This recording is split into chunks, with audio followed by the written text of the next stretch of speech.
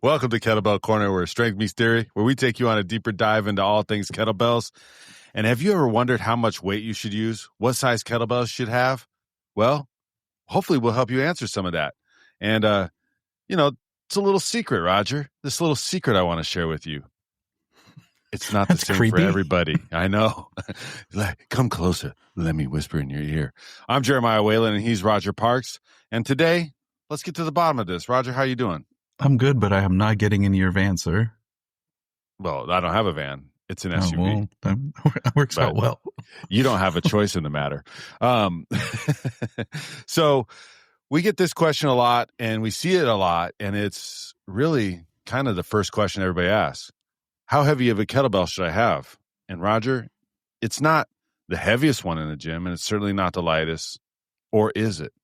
What are we going to start with as far as knowing what kettlebell it is? I've heard there's magic numbers to things. There's like X amount of percentage and this amount of percentage. Is this true? Is there really magic out there, Roger? No, there is only one kettlebell that everybody needs. It's a 20-kilo kettlebell. You should do all of your lifts with that, and you'll be strong and you'll live forever. Nope, just one. Oh, wait. So I get rid of it, and I only use it, and I live forever? Exactly. How am I going to progress? You don't need to progress. That's what science shows. The studies show. We'll link them I love below. the studies shows. Dr. So-and-so said in his book that this is the most important thing you can do. There are no magic numbers. It's important. Before we have a conversation, we're going to give you some percentages and some things to guide your practice. It's really what we're trying to do, is help save you some time, give you some starting points. Anything that we suggest you do means that you should consider it. If it works for you, use it as a starting point. If it works, keep doing it. If it doesn't, stop or tinker with it a little bit. Don't just say, hey, this is what these dum-dums said, I'm going to do it, and we're set forever. It's not how this works. There is a specific method to adaptation. There are going to be three things that you need. You're going to need stimulus, you're going to need nutrition, and recovery. Those are some basic things you'll need. But beyond how much that, do those weigh? The basic idea is the stimulus. The stimulus piece is what we're really looking at. We're going to talk about some percentages there, meaning how heavy should you go. But none of these numbers are magic, and you need to evaluate them against results of some sort. So as you're listening to this, think of a lift that you want to use. We'll probably use the press because that's the easiest one to talk about. That's why we talk about it a good bit.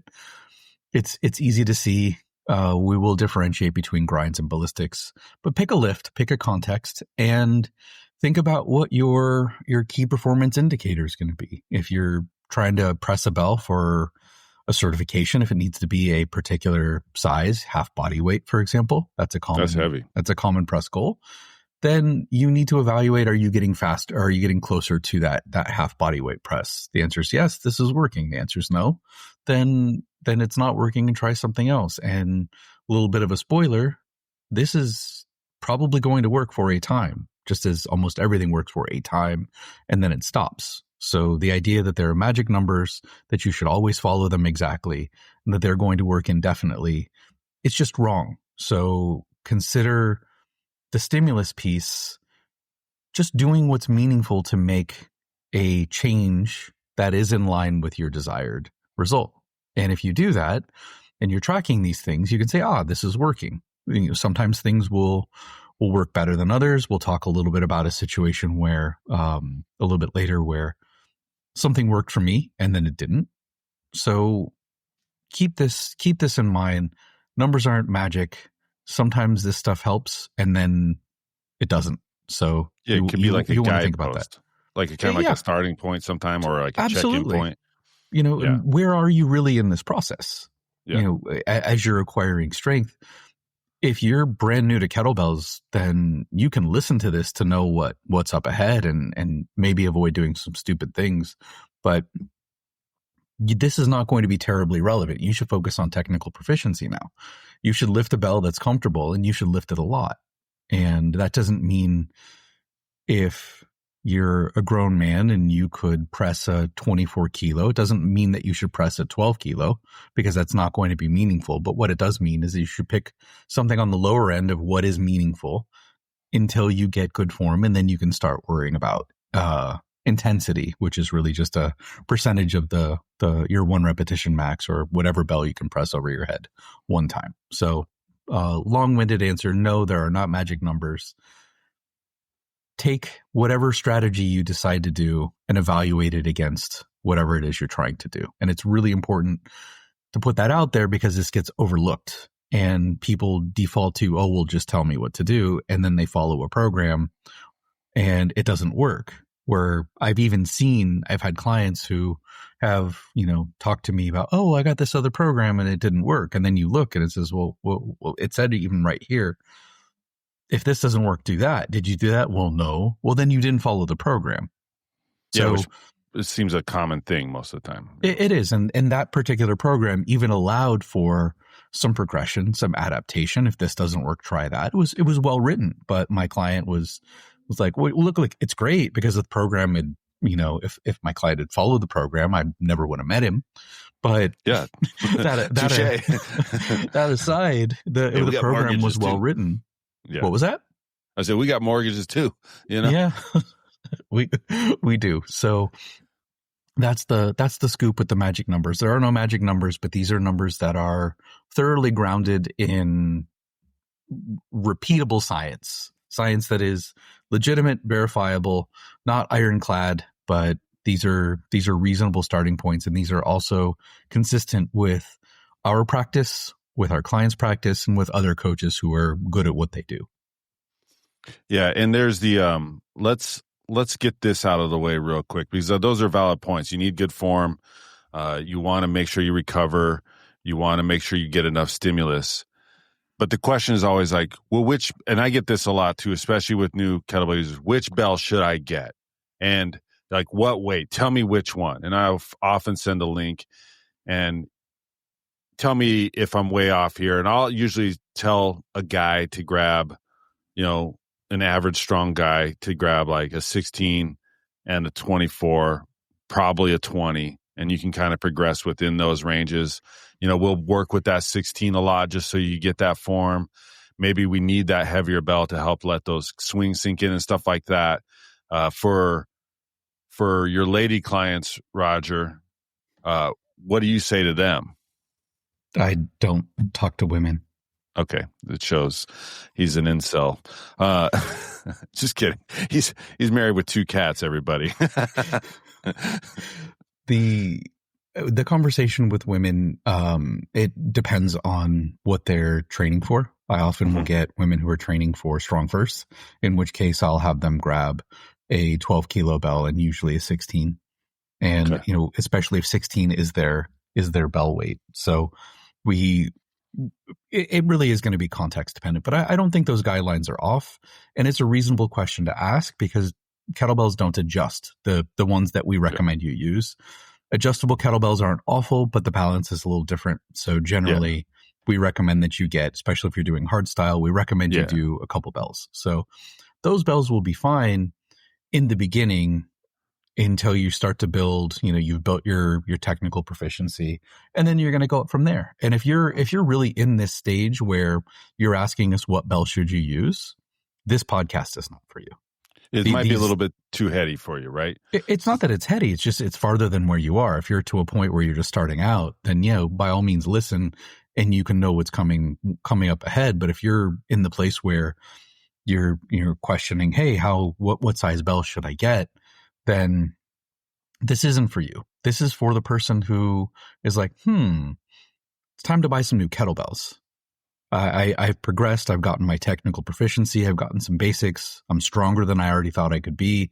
Now let me start to go higher, further. This is where we get into the pushing and increasing and improving. So we want to think about that context, that piece right there.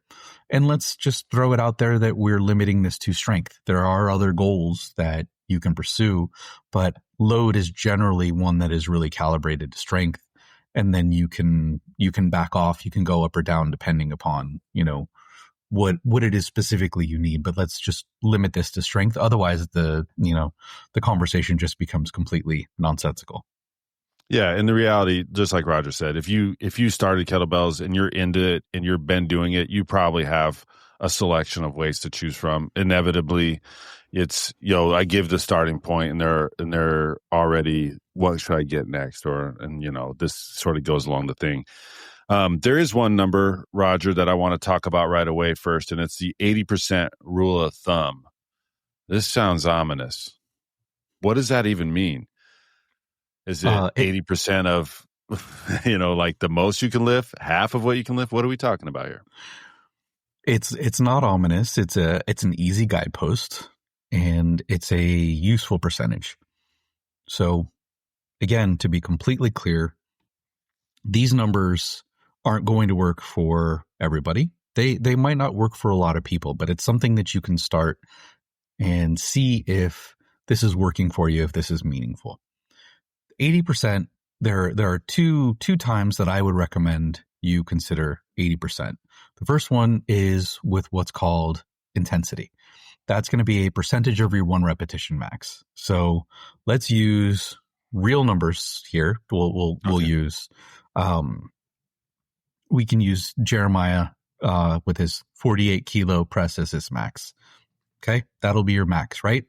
Okay. So we're going to use that as kind of a jump off point.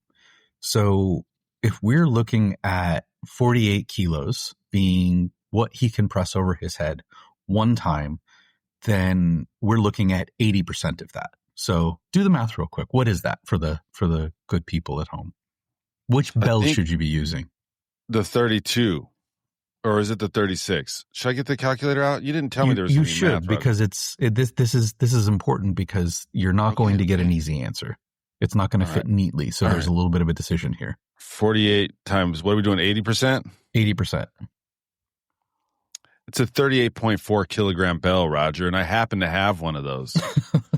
So it's the 36 probably is the training weight right there, right? Probably, or you could go up a little bit and do the 40. So there's already a decision that you have to make here. So you're probably going to go down in most cases. You're going to round down and you're going to use the 36. 80% is a good number because it's well within the strength range. If you look at the research, it shows that you can get stronger, and we're going to define stronger as the ability to lift heavier things. Really simple definition. It will be volume dependent, how often you do it, and we'll talk a little bit about that piece. But if you lift something that is at least 65% of that maximum, okay, do that math again for us. So what's 65%? Okay, yeah, I was actually, as soon as you said that, I was like, I should just keep this calculator open. So if you can do something that is at least, so that's 65, the 31.2. So that's a 32. So that's a 32. Or the 28 if you round down. But let's round up in this situation. Yeah, let's say in one situation we round down, and one we round up. That's diplomatic. So what we're looking at is, as long as he's pressing a 32 kilo bell with sufficient volume, he will be making strength gains. Probably. It's not a guarantee. It may be that he doesn't do sufficient volume, or it may be that he only responds to a higher intensity. These are averages. This is, some people sometimes will respond to anything between 65% of their one rep max, all the way up obviously to 100% and beyond. If you do 110% of your one rep max, then odds are you're going to get stronger from that lift. You'll have a new max. Obviously. So we want to look at this as the meaningful range of stimulus. Now below that, right? If he's doing a 24 kilo bell, could he gain strength from pressing a 24 kilo bell? He could. It would be based on either an increase in hypertrophy, and the increase in hypertrophy gives him the ability to move more weight because he's got more muscle to do it. Or he could increase his technical proficiency because he does a lot of reps and he tightens up his form. It's theoretically possible, but it's not likely. So I don't recommend you go that light if your goal is strength. Doesn't mean you never touch your 24 kilo bell. Just means if you're doing that and you want to maybe gain some ancillary strength, probably do something like a complex where your goal is strength endurance as opposed to pure strength. That way, you're still getting another adaptation and you're not chasing strength directly with that, but you may get a little bit of benefit. So let's restrict the conversation to between 65% of your 1 rep max and above. So if you do sufficient volume with that amount of your 1 repetition max, you will get stronger, probably. And if you don't, you're going to need to adapt. So let's ground that there. If you do a lot of reps with the 65, then you're going to be at the lower end of the scale, which means either A, it may not work at all, or B, it's only going to work for a limited time. So you probably don't want to spend too much time near the 65% end. Let's say you go up to 95% or even 100, but let's stick with 95%. Now, what would that be? I'm glad you asked. That's a 45.6 kilo bell. So we're looking at 44 maybe, right? Sure. Because up above that is 48. Okay.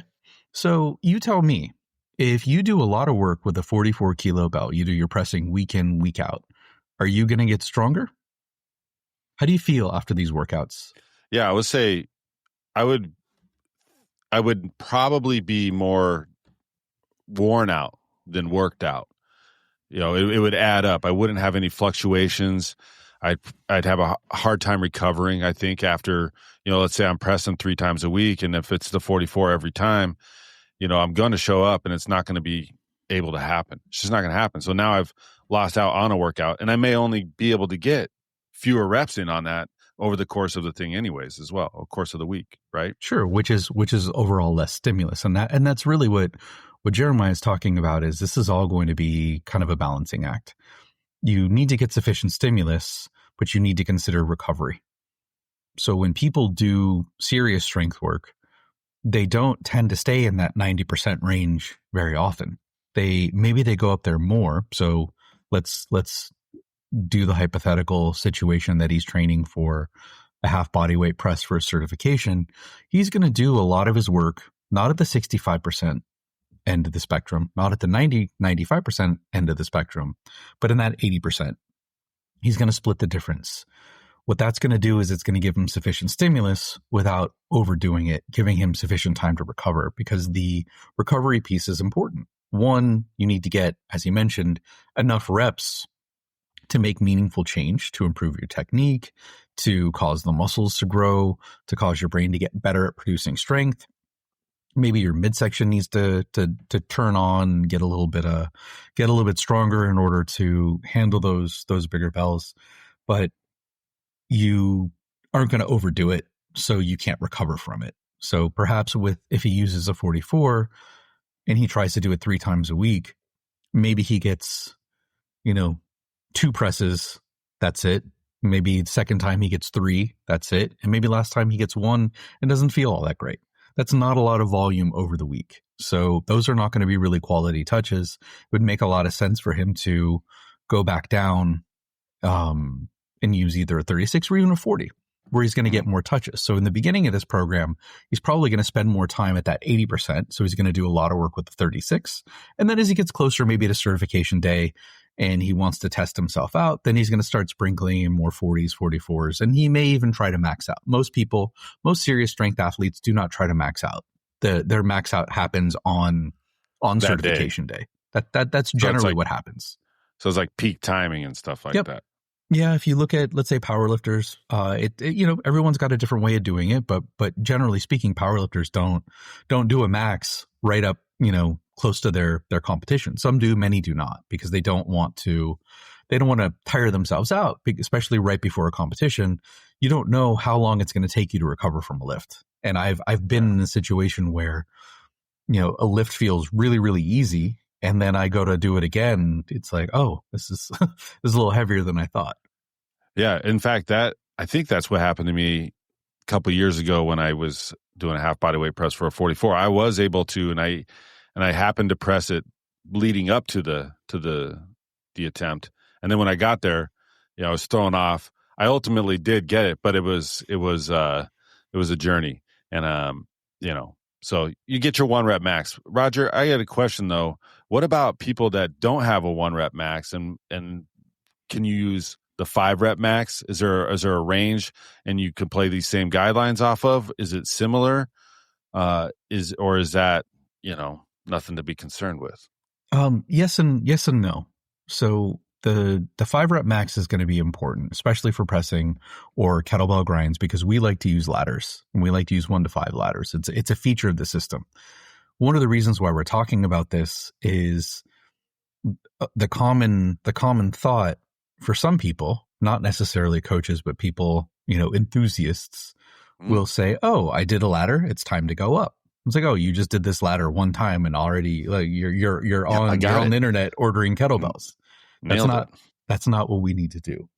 So that's why we're talking about this. So first of all, do your best to try to figure out what your 1 rep max is, assuming that you built sufficient tissue tolerance, you're technically capable. It's a good idea to know what it is you can do, especially if you want to know what you're chasing, right? If you're like, "Oh, I want to do a 1 rep max." Okay, well, what's the heaviest you can do? I don't know. I only have a 16 kilo bell. Well, go press some other bells and go back up, and then you press a 28, but you don't press the 32. Then your 32 becomes your goal. Now you've got something to measure it against. So your 1 rep max is going to be what we talk about. Intensity. That's what most people refer to the load as the intensity of the lift. But you can't underestimate the effect of effort, meaning how hard are you pushing, how much effort are you exerting during a workout. And that's where we're getting into multiple lifts. That's where we're getting into your 5 rep max. What would you say your 5 rep max is? I would say right now I probably could 5 rep max the 40 with appropriate effort. And I would say that tracks. When I have my 48 press, I have, which I sometimes do, sometimes don't. I would say 40 is my 5 rep max for sure. So this is important to think about. What do you feel after you just press the 40 for 5 reps? I feel like I did a lot of work. Yeah. I feel you're like, oh, there it was. Because like I said, it's that effort part, right? Everything's tight. Everything's working and I'm really grinding it. Sure. You're exhausted and you might even be done with your workout for the day. Yeah, usually. So it's an all out effort. It's a max out. Even though it's not a 1 rep max, it's your 5 rep max and you're working really, really hard. And if you're not working really, really hard, then it's not your 5 rep max. And my guess is you couldn't do 6 reps with the 40, at least not right now. No. It would be a stretch. And if you did, it'd be a serious feat. So you want to think about how you feel at the end of this lift, and why a 5 rep max is relevant is because it fits neatly into the ladder scheme. So we're going to use that as a guidepost because many people do. It's a way to structure your workouts. But if you're doing a 5 rep max, your 5 reps max is not going to be obviously as heavy as your 1 rep max, right? Yeah. It's for most people, when people look at let's say 80%, a lot of the charts, which are not always going to be right, will say that you've got about 6 to 8 reps with your 80%. So if you're doing a 5 rep max, it's going to be above 80%. Yeah. Assuming this chart holds for you, and it may not, right? Well, so the 40 would be above the 80%, right? Yeah, exactly 36. Right. You'd be above that 80% threshold. So what I would suggest is find your 1 rep max to gauge your intensity and to guide your effort, but then find your 5 rep max and then back off of that. Even if you use 80% of that 5 rep max, I calculated this earlier, I think it was like 67% of my 1 rep max or something like that, using kettlebells. So that's what you ended up with? I think it was like 67, I think it was. Something like that. Yeah. Yeah, you said between 60 and 70% range can still build strength and size, and obviously that worked for you. Well, usually the number I see is 65. I don't know about 60. Okay. So, but 60%. Either way, 67 is above 65%. Yeah. So if I'm using 20% of my 5 rep max, or I'm sorry, if I'm using 80% of my 5 rep max, well, why am I doing that? Why I'm doing that is because it still puts me within the threshold to gain strength with my 1 rep max, assuming those numbers work for me, assuming the 65 to 100%, or let's just call it 65 to 95%, and assume we're not going to be training with our max weight. Okay, so I'm still within those margins. I'm going to need to do more volume, but I'm not going to go right at a heavier bell, because if I'm doing my 5 rep max, that represents 100% of the effort that I can do for 5 reps. I'm going to be tired. I'm going to need to recover. That's why I recommend taking a step off of that. Do 80% of your 5 rep max. That way you're still within the ranges that should be meaningful to create a strength stimulus, but you're not going to be so beat up and under recovered that you're not going to be able to get your volume and your touches in over the week. That also gives you room to grow. You don't need to stay there. You might stay there for a week or two, and then you can bump it up a little bit, or you can start mixing in your 65 or your 67% bell with, let's say it's a 32. Let's say you can do a ladder. Let's say you're progressing, and for your bottom rungs, you do a 36. And for your top rungs, let's say 1, 2, and 3, you do 36. For 4 and 5, you do a 32. And then you work your way back down. 67%. And then you back down from 32 for the top rungs, and then go up to 36. Let's say you progress even more. Let's say you use your 40 kilo bell, rungs 1 and 2. And then for 36, you do rungs 3 and 4. And then for your 32, you do 5. So you can start playing with this. You don't always need to use the same bell for everything. But what I'm trying to get at is you can layer in some percentage increases and not just say, oh, well, I can do a ladder with a 40, so that's my ladder size bell. If you're always at the top end of that threshold, then you're going to top out very fast. You're going to get very, very tired. So let's say you're relatively new-ish to kettlebell training, and you're like, oh, I just hit a 1 to 5 ladder with a 20. Let me go order a 24. No, there's a lot of room left to grow when we look at these percentages, when you look at this 80% rule. And when we think about the 65 to 95% threshold that you can train within relative to your 1 rep max, you still have a lot of growing you can do with that 20 kilo bell. You need to allow time for adaptation.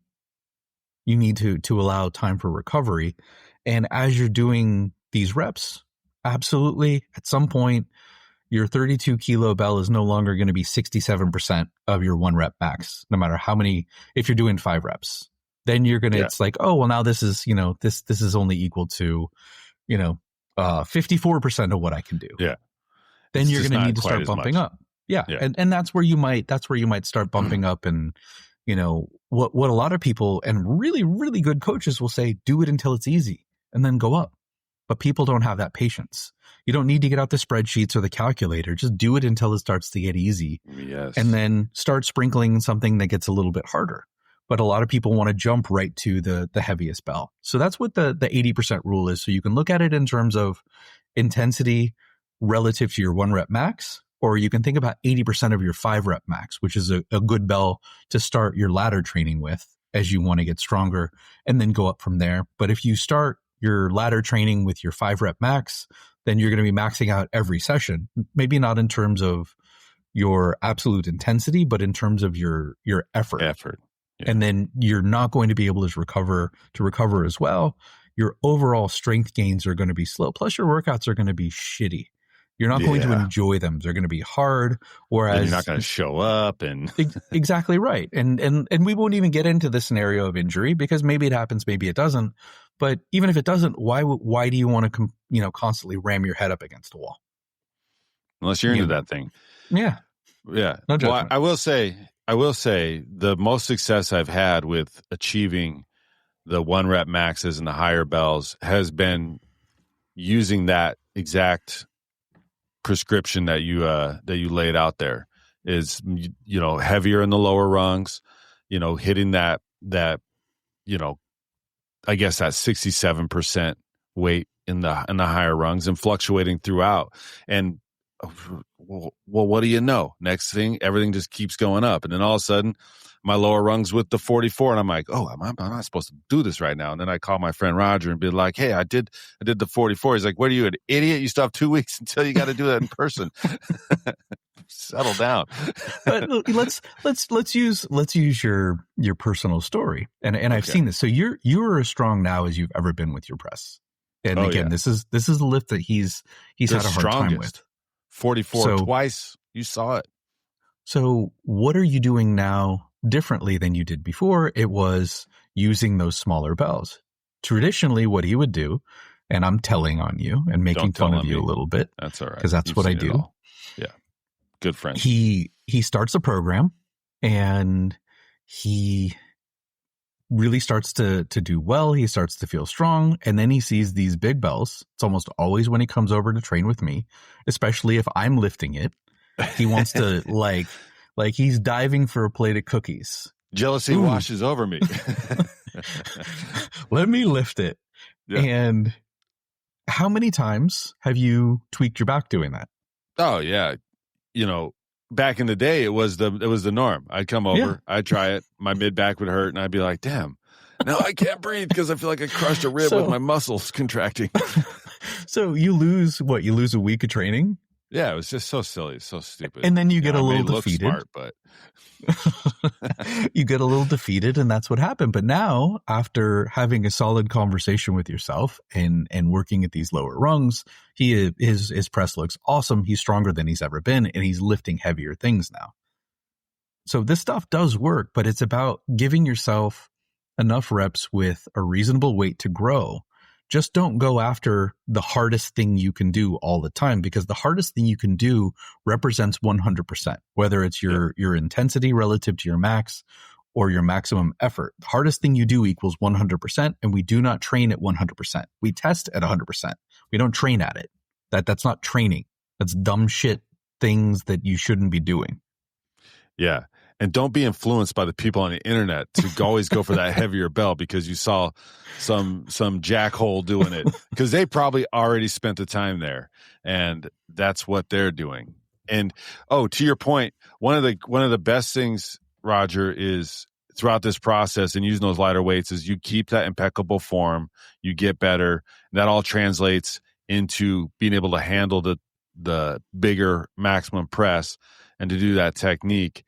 So don't rush that. Use that as part of your process, right? That's the most important thing. You want to make sure you're not looking crazy, but it's okay to look crazy on that 1 rep max. A little bit, right? A little bit. There's so much that goes into lifting heavier things, and the load that you lift is one of those things. You can't underestimate the sense of threat that your nervous system perceives. If you go into a workout always going, redlining it, always going toward those maxes, your nervous system will eventually start to guard and be a little wary. It will decrease your strength because it doesn't want you to hurt yourself. So don't go after the heavier weights all the time and increase that threat, which can lock you down. You want to go into your training with a good feeling and know that you're going to succeed in your lifts. You're not going to miss reps, and each rep is you getting stronger. Why are you making it harder than it needs to be? Now, just to be clear, I'm not saying you should never lift heavy. One of the first times I think it was actually the first time I trained for my half body weight press, thanks to someone who will remain nameless, who transcribed a program incorrectly and gave me a lot more volume at heavy weight than I was supposed to have. We're not going to name names. We'll just say random names, and you have to decide.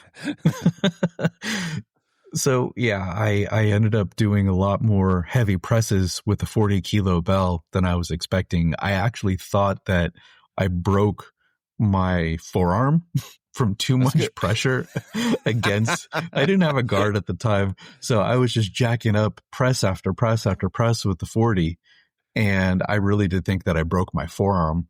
And I went back and looked at this program that I'd been doing, and I realized that the volume, I think, was like either doubled or tripled than what I was supposed to be doing. Whoever gave you that loser. Only listen to them sometimes.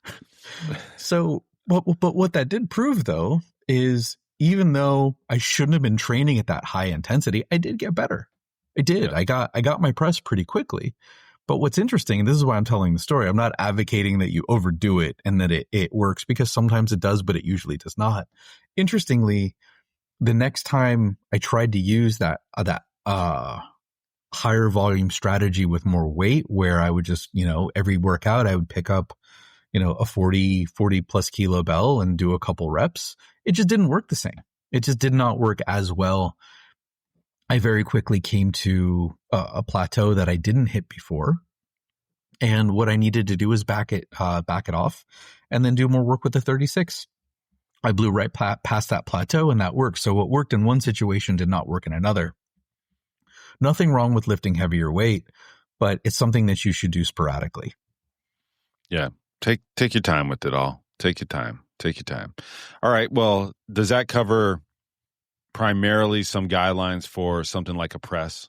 Yeah. Is there anything a grind lift. A grind. Yeah. I would say grind lift. I mean, like the most common grind lift that you're going to max out is a press for kettlebells usually. I think so. And, we could have a whole episode on whether or not, we're really, I guess if you're getting into a double kettlebell press, those can be pretty challenging.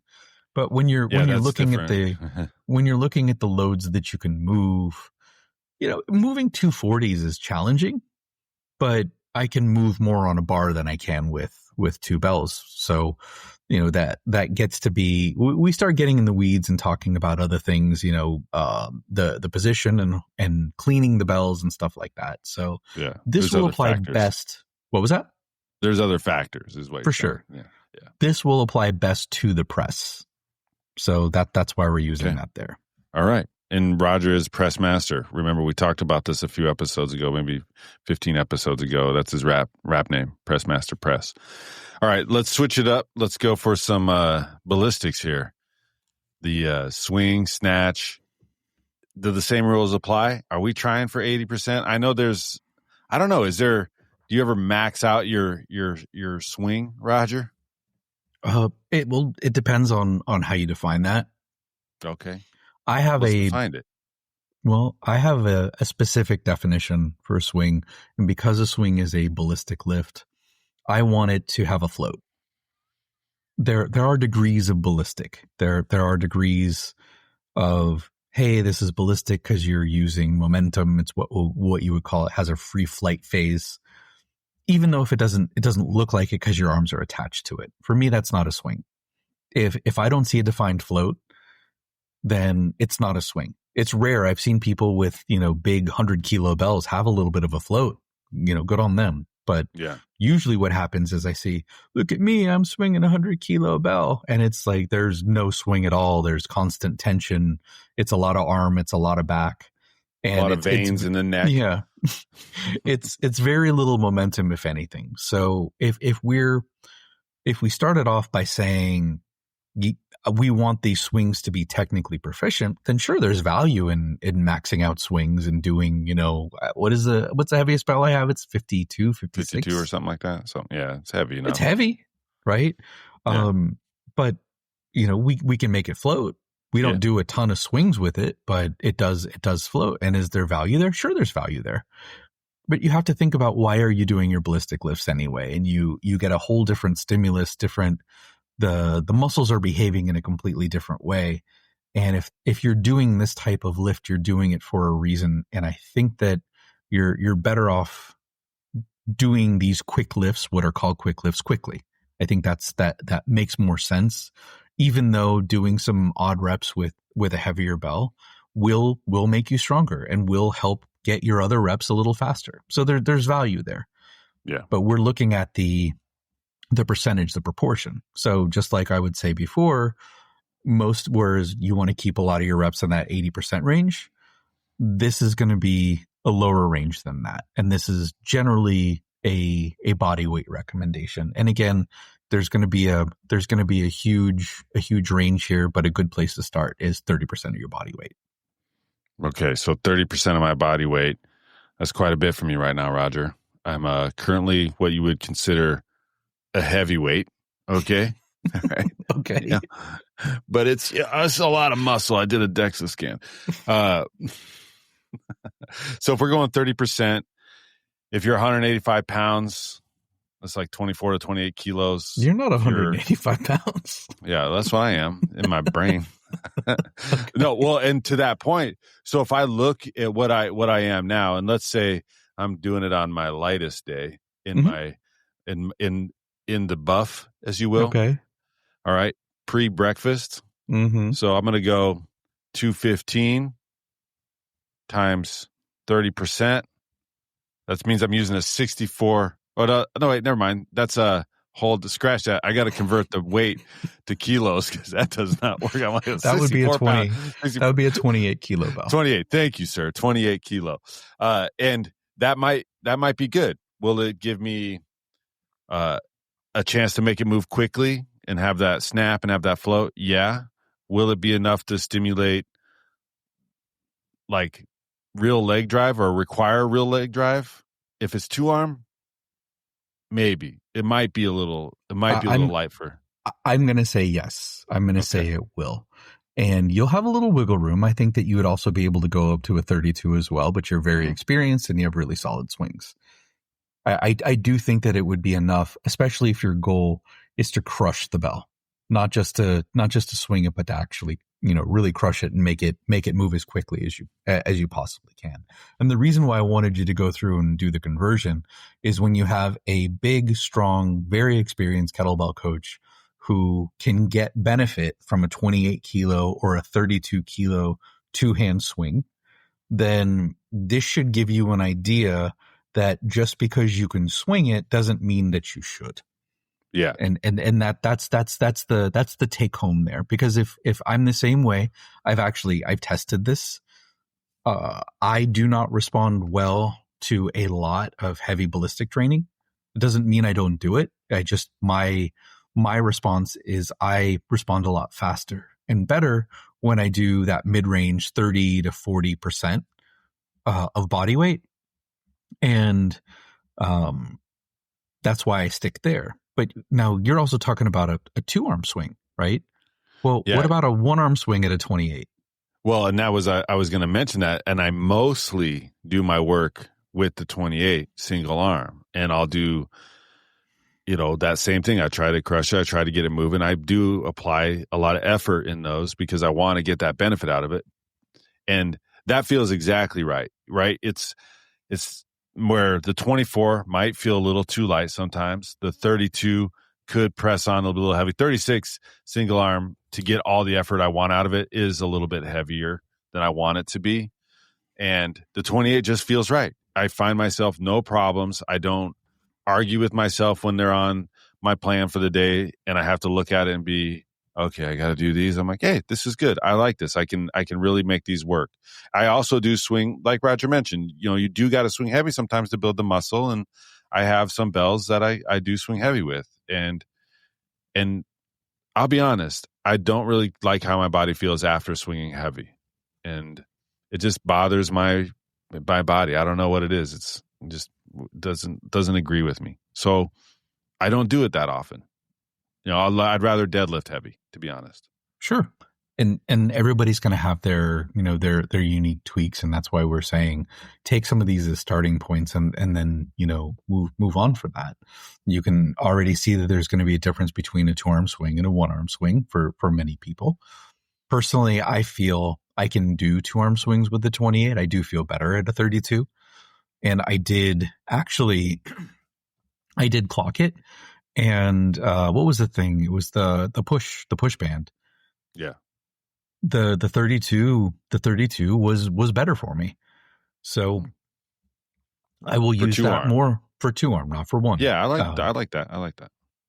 Then you start to get into the size of the bell relative to the size of your body.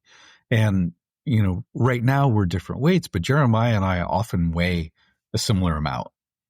And we're just built very differently. So he can handle, at least with ballistics, he can handle a bigger bell than I can.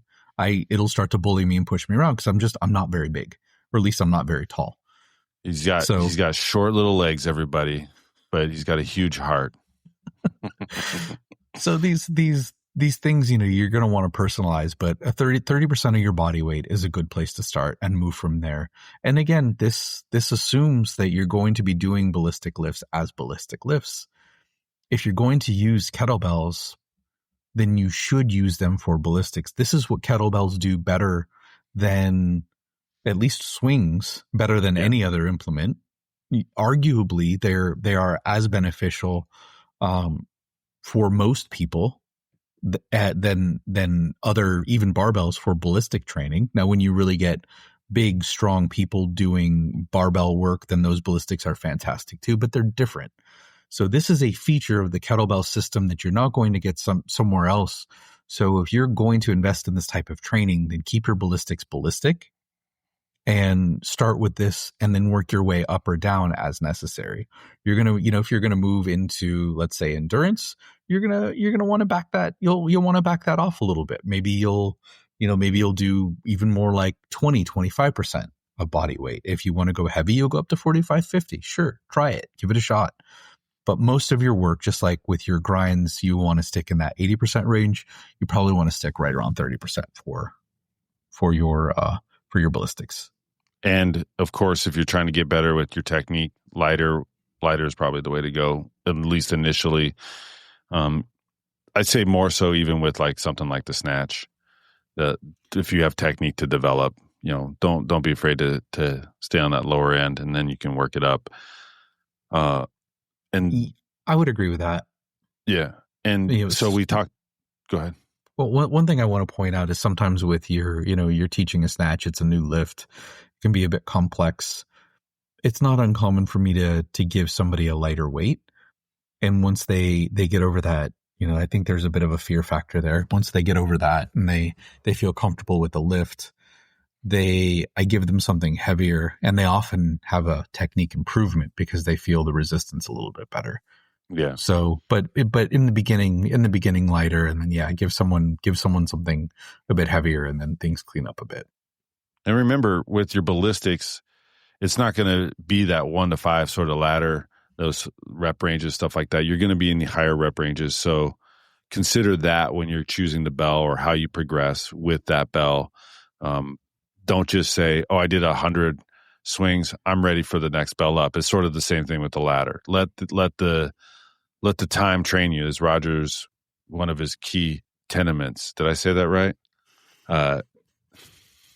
Testify. Testicles. Tenements.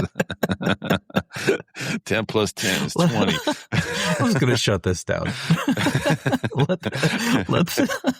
let the bell train you. Let time and let volume do what it does. Rely on consistency rather than intensity, because that's generally going to be the way to go.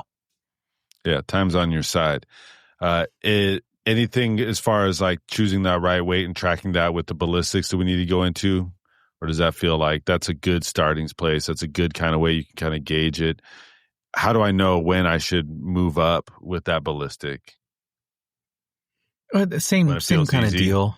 Technical proficiency. It's not everybody, but I do know somebody who, or I do know of people who have started with, let's say, their snatch test weight, 100 reps in 5 minutes is 24, and like, this just gets easy, so I'm gonna do a 28. And they tend to be longer, whippy people, not built like me, built more like you, and they just find a way to really get the bell moving without a ton of effort. I know people who have done the snatch test with a 32, and it's not all that hard. I don't foresee myself ever being able to do that. Yeah. I'm strong, but it's just not in my makeup. Nor do I have the desire. That sounds like a hell on earth. I'll be honest. All right. For some people, it's fine. So, but even within the context of the snatch test, you're working with a bell of a particular weight, or your goal is to work with a bell of a particular weight. So, you can even play with percentages off of that. If you're, when I'm training for a snatch test, I need to do a 24, and I will often do work with a 16 or a 20. I'll start to you can still get some cardiovascular stimulus and really, get your technique dialed in. I give myself plenty of time, so I don't need to go right to the 24. I'll have a couple days where I just like, oh, let's do a little workout. Let's do 100 with the 16. And I feel it. It gets me sweaty, but it's not terribly challenging. But it leads up to more work. And when I start at the lower end, it gives me somewhere to go. Yeah, it builds that confidence too. You're like, oh, I got that. That's easy. Yeah, let's keep going. So I don't want to, hate the workout. I don't want to hate the, my training session. So then when that feels easy, I go up to a 20. And if I have enough time, this is what I do. Yeah. And it works. But that being said, you can get some benefit from going above. If your goal is to do it with a 24 bell, then, do some reps with a 28 or a 32. You don't need to do a lot, but, do some triples. That will make the 24 that 24 feel lighter, right? Yeah, exactly right. Yeah. It'll feel a lot lighter. It'll give you more intensity, and you'll be training a slightly different adaptation. Yeah, I like that. We should talk about that on another episode, how lifting the heavier weights makes the other weights feel lighter, and that could benefit you. For today, I wanted to say there's no magic numbers, right, Roger? Kind of track this and adjust based on the results you're achieving. Take your time with it. Don't just because you did the ladder doesn't mean you get the new belt. Effort matters as much, or if not more, than just the weight. Because if it's super hard, the weight isn't very heavy, you should stay there. If it's super hard and the weight is light, well, it's probably going to continue to be super hard. You put a note here that strength is built by tension and volume, not just by maxing out. We covered that. You're lifting significant amounts over time, and that you shouldn't max out every time. You're training within that range, that 65 for the press, that 65 to 95% range to get the adaptations, to not leave yourself trashed, and to allow yourself to progress. Adjust your load based on your experience. If you're a beginner, you can start with those lighter weights and understand that technical proficiency that's required to lift these a lot and to be able to actually go up and get a 1 rep max. And it's probably a good idea to get a 1 rep max eventually, whatever that is. It gives you something to train for, especially if you're not somebody who's going for a certification or something like that. The 1 rep max is a checkpoint. It's an achievement. We've all played those video games. I've been playing a lot of Mario Kart lately, Roger. And getting those checkpoints is great. If you get those checkpoints before my son, you're doing well. And for your ballistics, again, make it float. 30% or so of your body weight is probably a great starting point. And don't forget, number 1 rule, convert your weight to kilos and then figure it out. Otherwise, you're like, 66 kilo bell. Wow. That's a lot. And so if you don't know how to do that, it's 2.2 pounds per kilo. So just do the math. All right. Or ask the AI. Ask the AI. Ask the AI, and they'll tell you somewhat of a right answer most of the time, occasionally. And use this as a guide. It's all case dependent, context dependent on who you are. Anything else, Roger? No, sir. All right. That's good. All right. Well, be sure to, as always, download the Bells app and try some heavy weights with that. In fact, if you use the app and check out workout history, it'll tell you how many kilos you lifted. It could be in the thousands, folks. All right. And if you like this podcast, please give it a review. Please give it a share. It helps other people that might want to benefit from this too. And frankly, it would do us a solid. And who doesn't want to do us a solid? All right. That's it. Stay strong, everybody.